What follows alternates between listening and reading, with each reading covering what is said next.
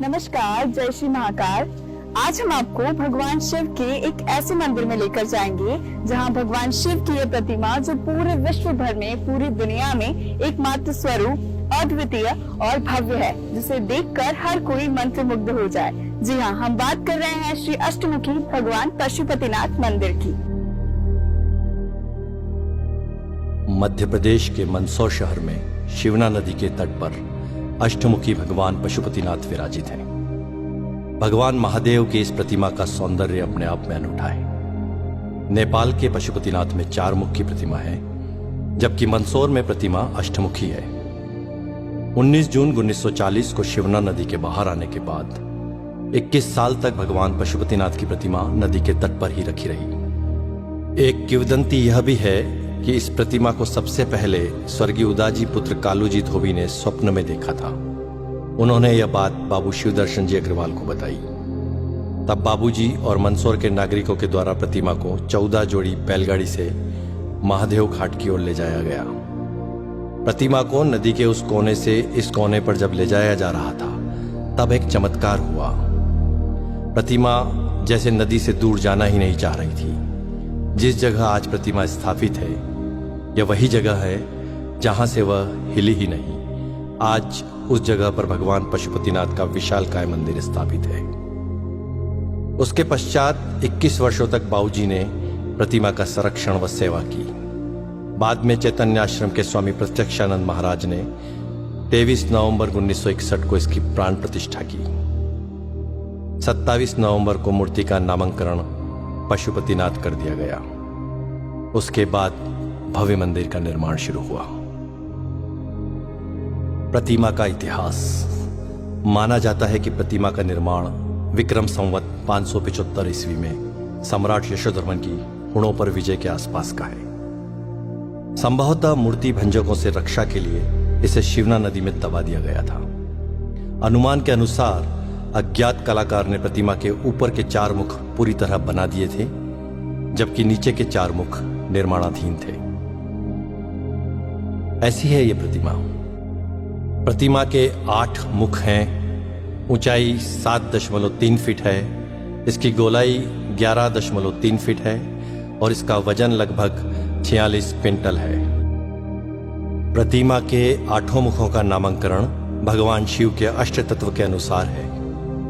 हर मुख के भाव व जीवन काल भी अलग अलग है। शर्व, भव, रुद्र, उग्र, भीम, पशुपति, ईशान और अंत में महादेव। यही अष्टमूर्तियां पृथ्वी, जल, अग्नि, वायु, आकाश, यजमान सूर्य और चंद्रमा को अधिष्ठित किए हुए हैं। भगवान पशुपतिनाथ महादेव का पूर्व मुख।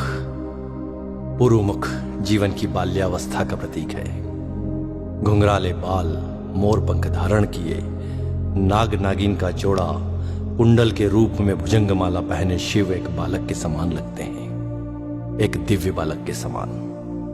पूर्वामुखी यह मुख पूर्णतः शांत आत्माराम सा लगता है। ऐसा प्रतीत होता है मानो भगवान शिव योगेश्वर के रूप में ब्रह्मा में लीन होकर समाधि अवस्था में संपूर्ण विश्व को स्वयं में देख रहे हो। शांत मुद्रा में ध्यानस्थ भगवान शिव के सिर पर जटाओं की ग्रंथि मालाएं हैं।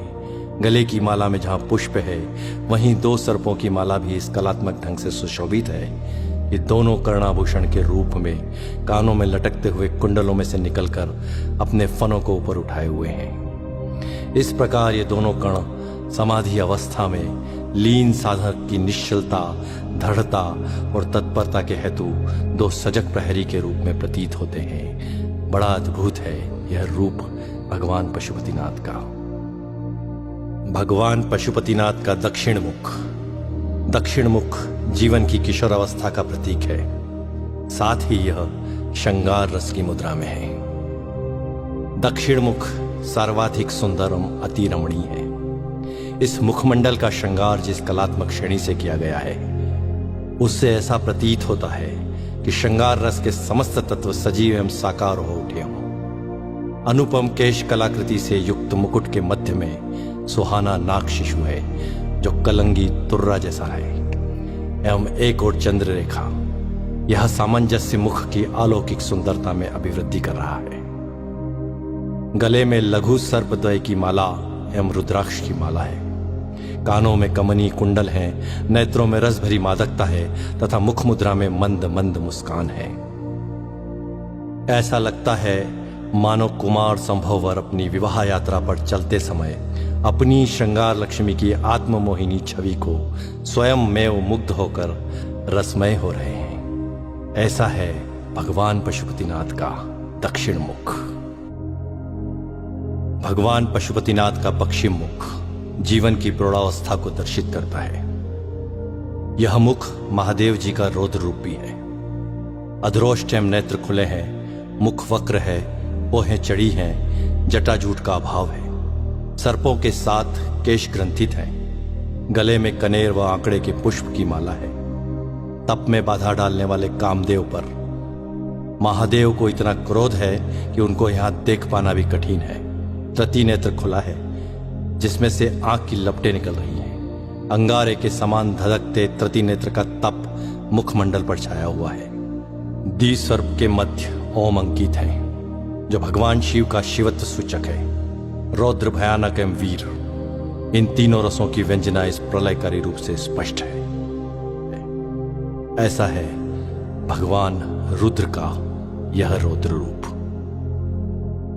भगवान पशुपतिनाथ का उत्तर मुख जीवन की वृद्धावस्था का प्रतीक है।